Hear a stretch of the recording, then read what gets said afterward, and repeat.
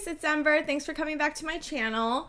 So today I wanted to talk about people pleasing and caring about what everyone thinks. And I want to talk about why that can be a trauma response and or a protector part that comes out to protect you. So when I was a child, and I feel like this happens with a lot of children, you are sometimes made to think that like whatever you are inside is not good enough and you need to be something else to be accepted, whatever that is, right? Like with my mom personally, it was, be really polite, don't tell anyone our family secrets. It was, you have to look a certain way, you have to dress a certain way. My mom didn't let me have any control over like what I would wear until like a lot older actually. And, that kind of thing affects, who you are and how you are and what you care about. And why that becomes a problem is because if you were made to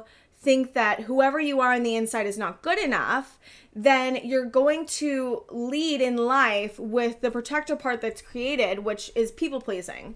So people pleasing is when you get into a situation and you put the other person ahead of yourself, and or you are somebody else or you put an image out there that's not who you are on the inside because you're afraid people won't accept you for who you are.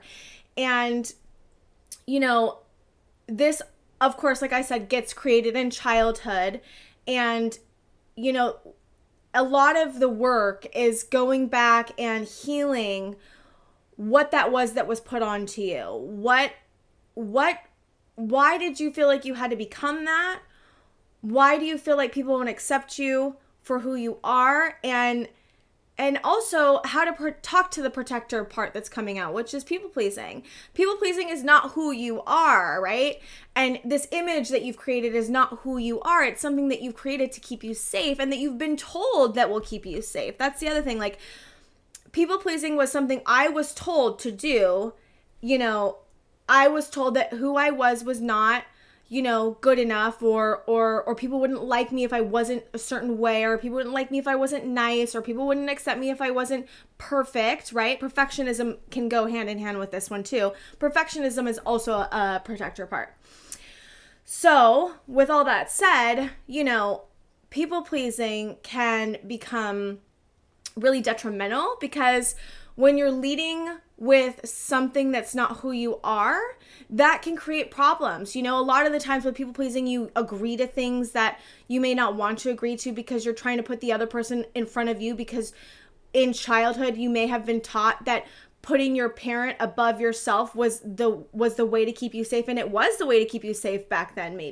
Maybe your mom or your dad made it like, if you don't do what I say, and you don't put your needs and your feelings aside, then you're not going to be accepted, you're not going to be loved. And to survive in a family, you have to adapt, right? So that piece may become really loud and it was protecting you when you were a child, but then when you get into adulthood, this can really lead to resentment. Like if you agree to put someone else above yourself, and first of all, you shouldn't be putting someone above yourself ever. You should always put yourself first. You should always take into account what you need first. And if you can't give the person what you need, then that needs to be a conversation, and hopefully you'll be safe enough with that person to where you can. And I've been working on this personally, and it's really difficult when you've been met your whole life with not being safe. It's really hard to go into a situation with someone who may be safe and say how you feel, because when I said how I felt, I got extremely hurt.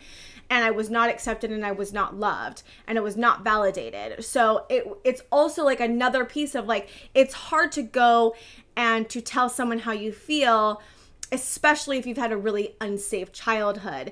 And that creates a conundrum, because if you're putting the person above yourself and not taking into account yourself, and you can't say how you feel, then a lot of resentment and a lot of unrest happens. And, but like, I want to bring it back. Like, your childhood processes come out when you're an adult, whether you heal them or not, and when you are starting to heal, it's about noticing what's going on, noticing why it's happening, noticing how it's affecting you now. And is it really about the situation that you're in now, or is it about something that happened to you when you were a child? And does the situation, is it proportionate into the situation? Is your reaction in proportion to the situation that's going on, or is it not? And it's really about getting to know yourself really well, to seeing when these protector parts may be coming out, to seeing if you're not saying something that you really feel because you're afraid, and why are you afraid, and was it unsafe for you to say how you felt when you were a child, and you know what is basically happening, and how do you move forward in a way that's different, in a way where, you know, how do you create enough safety in yourself to move forward? How do you create enough safety in yourself to be able to move in a different way, make different decisions, show who you truly are? How do you create safety in yourself enough to where you start valuing yourself? What does it look like to value yourself? What does it look like to have safety? I feel like having safety is what leads you to valuing yourself, because only in safety can you get to know yourself, and only in compassion can you get to know yourself, and also bring in valuing yourself only through loving yourself and giving all of your parts, every single part, even the ones that you don't like, even the ones that feel really scary, loving those parts. That is what's going to lead you to understanding yourself, having enough safety, and being able to be like, I don't want to keep going this way. I don't want to care about what anyone thinks. I want to value myself up enough to understand that, you know, if someone says something about me that's not true, I'm not going to, I may be hurt initially, but you understand that it's not about you eventually, because you have enough self-esteem and valuing of yourself that it doesn't really matter what anyone else says. I want that to be, you know, what happens. I want you to find enough safety to know like what parts are being triggered, and if your people pleasing part is coming out, or if your perfectionism part is coming out, or if your distance or resistance part is coming out, and why it's coming out. You know, a lot of this work is getting to know what that is, and a lot of this is unconscious, and that's why, you know, doing the work is really important. There's a multitude of things that you can do, but a lot of it is figuring out how to make the conscious, figuring out who can help you do that, because I really, really, like, my videos are great, but I really would hope that you be in therapy or getting therapy, and I really recommend trauma therapy, specifically EMDR and IFS work, specifically if you're having childhood trauma or neglect or sexual abuse. That is where you should be heading, and hopefully your therapist can help lead you to understanding what is unconscious and pulling that up into the consciousness. But I really am hoping that, you know, this is giving you like an idea of what to do and how to go about it. So people pleasing, understanding how that works from your childhood to who you are now, loving who you are, finding safety in who you are, and, you know, really figuring out what the processes that are happening, and having compassion for the fact that you may have not felt safe when you were a child. You may have had to put some image of who somebody else is, or who you thought everyone wanted to be safe. And how do we unravel that now? And how do we get you to feel, to feel good enough about yourself that you start showing who you are and finding safety in who you are, to where it doesn't really matter what anyone else thinks? And people pleasing kind of goes into that, like, not putting someone else ahead of yourself and putting yourself first. No matter what happens, that is true safety. Finding value in yourself, finding safety in yourself, to where you can say, I don't want to do that. That doesn't do what's best for me, and I'm sorry, and I hope you'll still love me. And if you don't, that's okay. And I'm okay with that, and I can lose you. But hopefully you will find people that will love and understand you, and want your own safety, and want you to stick up for yourself the way that you should. That's the kind of friends you want to find. You want to find friends who value your safety just as much as you do, and value their own safety as just as much as you do. And you guys can come to an agreement. And that's what a true relationship is. And also understanding when parts are getting in the way. You know, I had a personal relationship, and me and my friend, we just had this thing happen where I was feeling unsafe, and a lot of my protector parts came up, you know, distance came up and was keeping me from that friend. And I didn't know how to say how I felt, because I have never said how I felt, because I've been so hurt when I have. And so we had a conversation yesterday where I came and I told her, I'm like, I can't do this thing, and I want to do it, and I'm so afraid of losing you, and I'm so afraid of saying how I feel because of things that have happened to me in the past.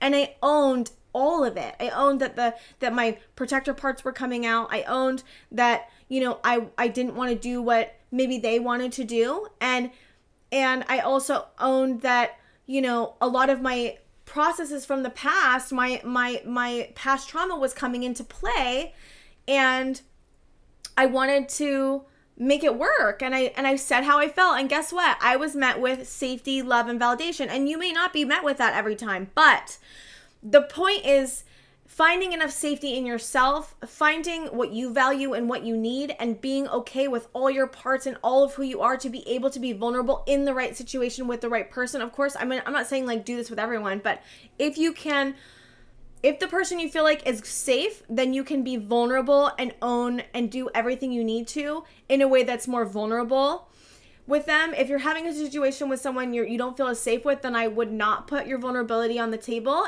but still stay what you need and how you feel, and that's not okay. I hope that you would be able to have someone that you would be safe with to obviously practice this with, because I'm still practicing. This is stuff that I'm going through. And my point is that I'm going through it, and I'm learning how to stick up for myself. I'm learning how to say how I feel, and I was met with love and compassion, which may not always be the case for everybody, but I was. And the point is to do it anyways, and I did it anyways with fear of, I don't know if this is going to be met with what I want, and I may lose this person, and I knew I wouldn't logically, but like, of course, my trauma, right? I've lost, I was abandoned, right?